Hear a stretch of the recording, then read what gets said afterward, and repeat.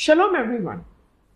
Today we are going to look at the things that put out the flame, identifying and removing what competes with the fire in the final 4 days before Pentecost. Do not quench the Spirit. Today is day 45 of the Omer. Apostle Paul writes one of the shortest and the most urgent instruction in all of his letters. 1 Thessalonians chapter 5 verse 19. 5 words. 5 words that carry more weight than most sermons ever do. Do not quench the Spirit. Not try to maintain a reasonable level of spiritual engagement. Not be careful not to reduce your spiritual temperature occasionally. Do not quench. Do not put out. Do not suppress or smother or dampen what God has been building in you across these 45 days of preparation. Because the fire of God, the very outpouring you have been preparing to receive, can be quenched. Not by dramatic rebellion, not by catastrophic sin, by ordinary things, habitual things, comfortable, quiet, seemingly harmless things that have been slowly competing with the flame without you fully noticing. Ephesians chapter 4 verse 30 and 31 says, "And do not grieve the Holy Spirit of God, by whom you were sealed for the day of redemption. Let all bitterness and wrath and anger and clamor and slander be put away from you, along with all malice.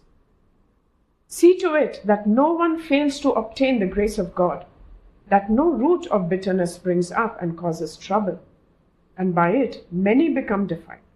Mentioned in Hebrews chapter 12 verse 15. The Spirit is quenched not only by a catastrophic sin, but by quiet accumulation of smaller things, sustained unforgiveness, nursed rather than released, habitual patterns of speech that tear down rather than build, a constant diet of content that fills the mind with noise and leaves no room for the still small voice, the secret compromise no one else knows about, but that creates a quiet leak in the vessel, unresolved offense towards a brother or a sister carried quietly in the final days, the divided loyalty that gives God the mornings and the world everything else. These do not dramatically destroy the flame, they slowly suffocate it. 4 days to Pentecost. This is the hour of the final audit. Here is the honest question for us today, and I want you to sit with it rather than answer it quickly. What in your life right now is quenching the Spirit? Not what you are afraid of it might be. What you already know is the thing you have been aware of for weeks, perhaps for the entire 45 days of this journey, but have not dealt with because dealing with it felt costly or complicated or uncertain. The unforgiveness still being nursed?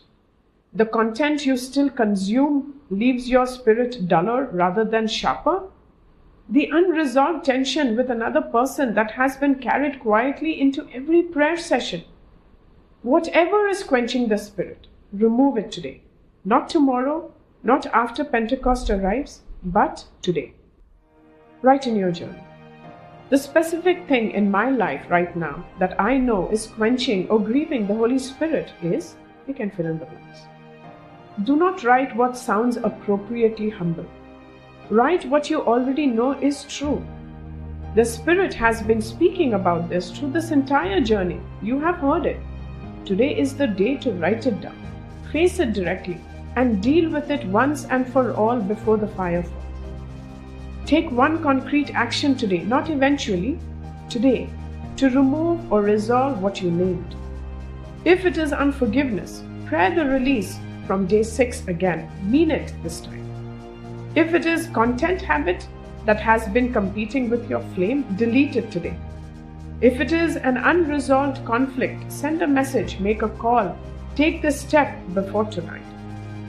If it is a secret compromise, confess it to God specifically and out loud, then to one trusted person. The quench is not resolved by acknowledging it. It must be actively cleared. After the action, write this and say it out aloud with full conviction. The obstruction is cleared. The vessel is unobstructed. Holy Spirit, you are not quenched in me. You are welcome here. Every competing thing has been removed. This vessel is ready for the fire. 4 days. Say it like you mean it, because in 4 days you will need to mean it completely. The fire does not multiply what is quenching it.